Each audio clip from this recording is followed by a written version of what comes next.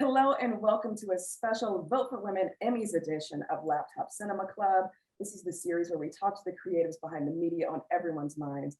And I'm delighted to welcome writer and executive producer Silka Luisa to our DIY studio today to talk about Shining Girls, the Apple TV thriller series starring Elisabeth Moss, Wagner Moura, Phillipa Soo, and Jamie Bell, about the survivor of a brutal assault who must confront the twists and changes to her present and the traumatic fallout of her past. Welcome, Silka. Thanks so much for being here. Thank you so much for having me. I want to get right into the show.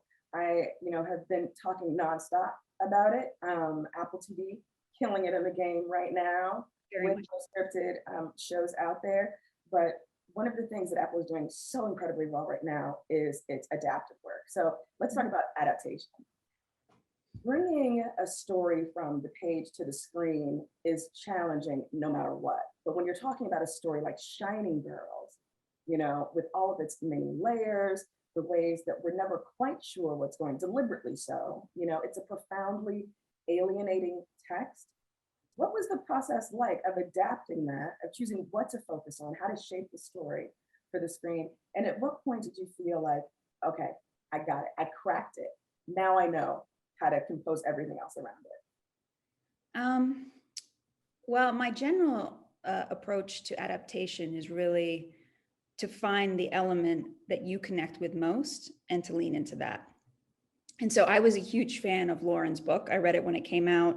It really impacted me. I thought, the way she had done it, the way she had combined genres wasn't something I'd seen before. She had science fiction, she had serial killer, but more importantly, she had the voices of the victims, which for that genre, for serial killer genre, is very distinct. And so for me, Kirby was the point of entry that I connected with most as a reader and as a writer. So I focused the show on her. And that was probably the biggest structural change, which is the book is really split between, Harper and then the multiple victims, and you see multiple women across time. For me, I just was like, I really want to stay with Kirby. I want this to be very subjective. I want us to be with her as she's moving through this mystery. Once I did that, though, a lot of the genre elements come from Harper. And so because of that, and because I'm holding him back a little bit more, it was like, well, how am I gonna have all of that? How am I gonna have the thing that I loved about the book, which is that it's the combination of sci-fi plus this serial killer hunt together? And so I had to shift some of the mythology. And that was probably the scariest part of it, adapting it, because that's more fundamental. You're making new genre rules. But the way I approached it was to think of it from a place of character. And so for me, the show and the book is very much about trauma. And, years later, how do you navigate your life when you're still in kind of this fog from what happened to you? And so all of the mythology that I created was really as a metaphor for that experience. So, Harper and Kirby are still connected across time. His actions can still impact her, make her feel disoriented, isolated, like no one will listen to her.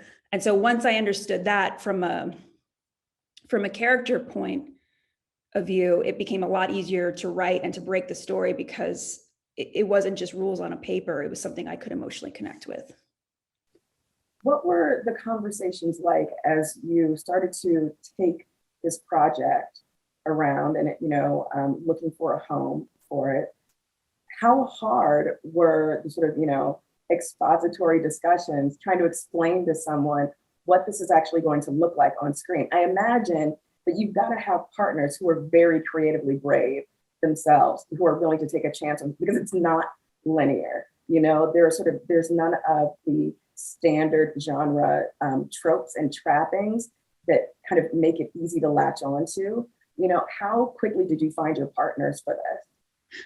That's a really great point. When we did take it out, there are pilots where at the end of the pilot, exactly what the show is, exactly what the ride is going to be. And there's shows that I love that have those kind of pilots. This definitely wasn't that. It was, you're going to take the viewers on an experience where every week they're going to be disoriented like Kirby is, and they're slowly going to peel back what's really happening. I think we got very lucky in that we had collaborators at Apple TV Plus who were willing and excited about the fact that this wasn't something that you could predict week to week. And they actually really leaned into that. Because it was just fundamental to how the show was built. It would have been impossible really to change it. So when you start having discussions with the directors of each episode, you've got Elisabeth Moss doing amazing work, directing a couple of episodes, Michelle McLaren, Dana Reed, right? Yeah. How are you explaining to them how to maintain that sort of red line, of tone, and the kind of propulsive quality of the show when you have three very different directors, bringing their own stamp to each episode? Like, what were those kind of conversations like? Well, this was a really unique experience in some ways because, Michelle McLaren came on, obviously she's the pilot director. She directs the first two episodes. She really sets the tone, the pace, the mood of the show. And we talked a lot initially about, what are our touchstones? For us, it was 70s movies like Clute, where you're not necessarily having very graphic violence or action, but you're in this constant state of paranoia, just using camera and subjective directing. And so I think she really set that up. She set up the visual language of the show in those first two episodes. But the Dana and Lizzie were also, Lizzie's there every single day. So usually, you have directors that are just passing the baton to each other. And every single time you're updating them on what, on what came before, what comes after. But our directors were there for almost the entire shoot because Dana did 4 episodes and we were cross-boarding and shooting multiple episodes all the time. So it felt like very, very collaborative. It felt like a very tight group that we were all aware of what, of what the show was and what everybody else was doing, which I think really helped because it's not easy to track all the different time periods, especially when you're shooting out of order, especially when you're shooting, one director is shooting the same moment in time in episode 1 as the person directing episode 5. So all of that, they had to all work really well together and really closely together, which thankfully we all did. That makes me think about actually my experience of watching the show. So I watched the pilot, it was a single episode. It was like, it's the coolest thing I've ever seen. I can't wait to get back to it. But, was prevented from watching, more episodes right away. Had to take a break of a couple of weeks and then came back and binged the rest of it in 2 chunks.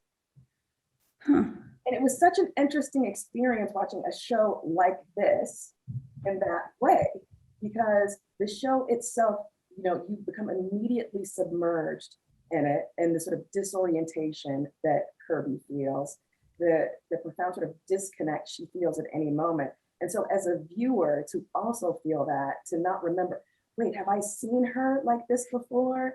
Yes, I think that happened in, was it episode 3? Was it episode 6? And I wonder, what is your personal preference? Do you have a preference for the ways in which people consume certain shows? Because it absolutely does affect how we understand what's going on, right? It's as a creator, it's been very interesting hearing people that have binged it versus people that have watched it week to week. I would say before the show came out, I would be like, oh no, it has to be week to week.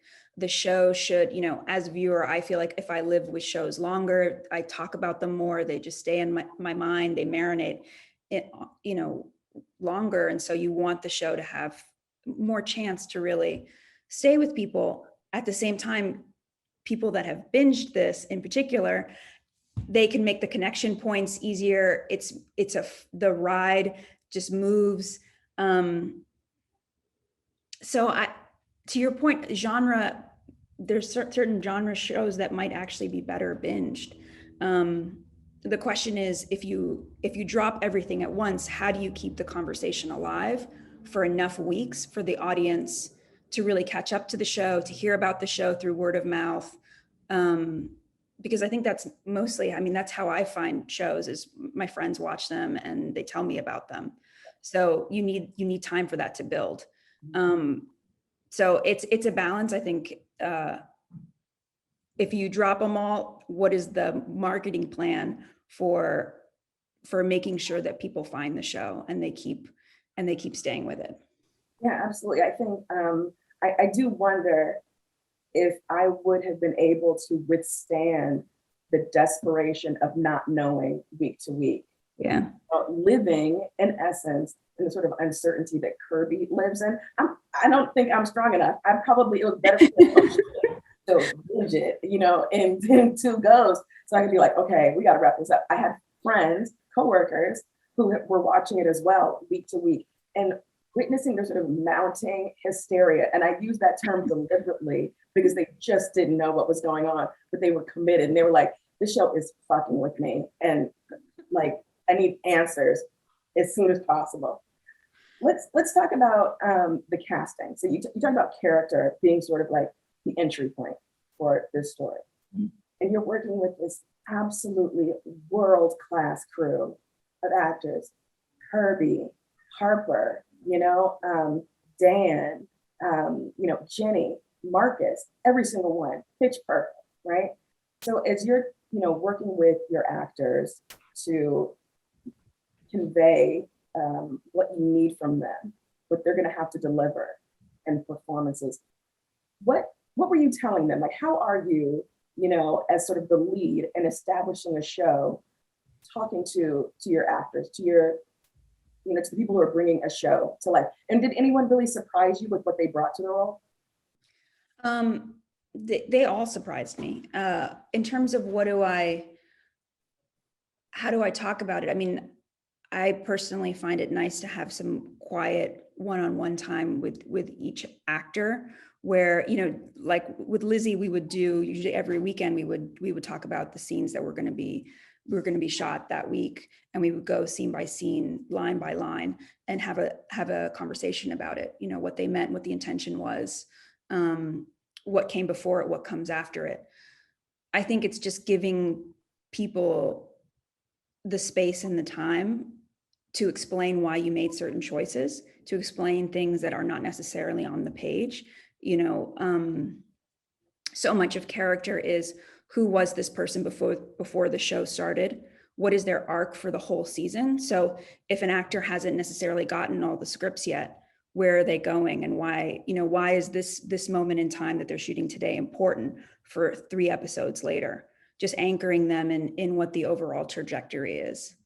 And that, giving that time and to the actors, I think once you're shooting and production gets really crazy and it's the last thing you want to do because it feels like you have a million things to do, that was making sure that I carved out time to do that with them was really important. I want to switch back to something we were talking about at the top of the conversation, and that's the genre and how the show and the book upon which it is based are this really curious, compelling melange of genres. You mentioned sci-fi, it's a procedural in a way, it's a thriller. I love the shout out to the classic Paranoid, trilogies of the 70s, Clue, 3 Days of Condor, like all of that stuff. Yeah, exactly. But one of the things that was so enthralling for me for the show is the way that the show and the book really subvert some of our genre expectations in very specific ways. And I'm talking about the character of Harper and the way in which you very carefully do not set him up as some sort of, larger than life genius, who carries an outsized attraction for the audience. Mm-hmm. Yet, as an audience member, you can feel sympathy for the horrible things that he's gone through. He's been through this brutal war experience, a horrible childhood, right? But we don't extend him the sort of inappropriate empathy that often characterizes a lot of the misogynist tropes that occur in these kinds of things. I would, love to know like how you ensure that, and your understanding of Harper as a character. That was incredibly intentional. When I set out to work on the show, one of the aspects that was really important to me was not having a serial killer be the sexy character. It happens too much. It glamorizes the violence. Kirby, at the end of the day, she is the person we are on this ride with. She has to be the most interesting character. She has to be the one you want to spend time with. At the same time, it's 8 hours. So you can't have him be a complete cipher. He can't just be Jaws. He has to be a character. So in thinking about shaping his character, I understood him as a insecure, small sociopath. Nothing spectacular about him. He is able, spoiler, he's able to travel through time because he came upon this house that gave him that ability. But he found a totem of power. He did not invent it. He did not, no curiosity to explore it in different ways. And to me, that helped make it acceptable to have him in the show, if that makes sense. Yeah, absolutely. I think the idea that he is ultimately this very venal, petty character was satisfying in a way to see his comeuppance, which is not some like grand sort of showdown across continents, like FBI coming together. But ultimately, he is brought down, via his own like smallness. That's something that Clara says to him, like, in this house, you seem even smaller. I just thought that was so wonderfully done. Thank you. Let's talk a little bit now about your experience, working on the show, helming the show, and things that you learned taking the reins as the executive producer. Is there anything that you kind of learned about yourself as you were doing this that you didn't anticipate? Maybe things that you found out you were really good at that you didn't know that you were going to bring those skills to the table? Well, this was my first show, which, is another testament, I think, to everybody who worked on it. First show, come on. But also that everybody trusted me with it. They gave me, they made sure that my voice was heard. They really supported me. They let me tell the show, the story that I wanted to tell. And I would say anytime you're trying something that feels like a big leap forward, I got into it and was like, there's just going to be things I don't know. All right. Like I've never done it before. I might not know X, Y, and Z, but the thing I knew I could really communicate to people was the show, was the story, was the intention. Why are we here? What are we saying? And as long as I could be that North Star for the show, it was okay that I didn't know, certain specifics about production or, the details that other people on set can help you figure out. And so I'd say it's okay not to have all the answers as long as you have the ones that matter. And so that gave me a lot of comfort and confidence going forward, because as I embraced that approach, it actually became easy to show run and to lead the show. So as showrunner, what are you looking for in a writer that we can communicate? So the women in film audience, vast majority of them are creatives themselves, mid-career, rising, some very senior. But we have so many writers in the group who think, yes, I would like to be a showrunner one day. I think I understand what a showrunner does, but first I just want to get into a room. What do you look for your writers? So I read, for when I'm staffing, like I read all the scripts. For me, really, it is on the page. And so I would say, in terms of samples, be idiosyncratic. Have it be, even if it doesn't feel like, how would this do in the marketplace? Find your story that is the most you and has the most distinct voice to it, and go for it. as far as you can push it, because I think those are the ones that really stand out. And you're like, oh, I have to meet this person. I've never seen anything. I've never read anything like this. Even if it's not 100% right for the show, I will always meet with those writers, because I'm like, they've done something I haven't read before. And I think that helps you really stand out. My other advice is just, it was really hard for me to get staffed. Like when I first came out here and I didn't know anyone, just getting cold into a room, especially if you don't have room experience, it takes a minute. And I would say, don't get discouraged. The door is going to open. Just be ready to walk through it. What's next for you? No pressure in terms of timing, but is there anything creatively ticking, or you just taking a break, which is justifiable? We don't always have to be hustling, right? No, I like to always be hustling. I'm running a room right now for Blade Runner for Amazon. And so we're in the middle of that. I cannot wait to see what you do next. I really cannot express to you how much I loved this show and have been nonstop talking about it and just embracing the fact that I don't know so many things. I have no answers. I will make them up, but you trust me. Thank you. It takes so much self-control for me, like not to reply to people on Twitter. I'm like, I can tell you it's XYZ, it's this, it's that. So if you feel like, just for me, like the show Bible, or even just a post-it note, just screenshot, send it to me, because I would be happy to not be in the dark anymore. Okay, this has been absolutely fantastic. Thank you so much for making the time. Thank you so much. To talk to us. I anticipate that y'all are just going to collect so many awards at the Emmys, and they will be justifiably deserved. But best of luck to you, the team, and everything that you have going on next. Thank you so much. All right, take care.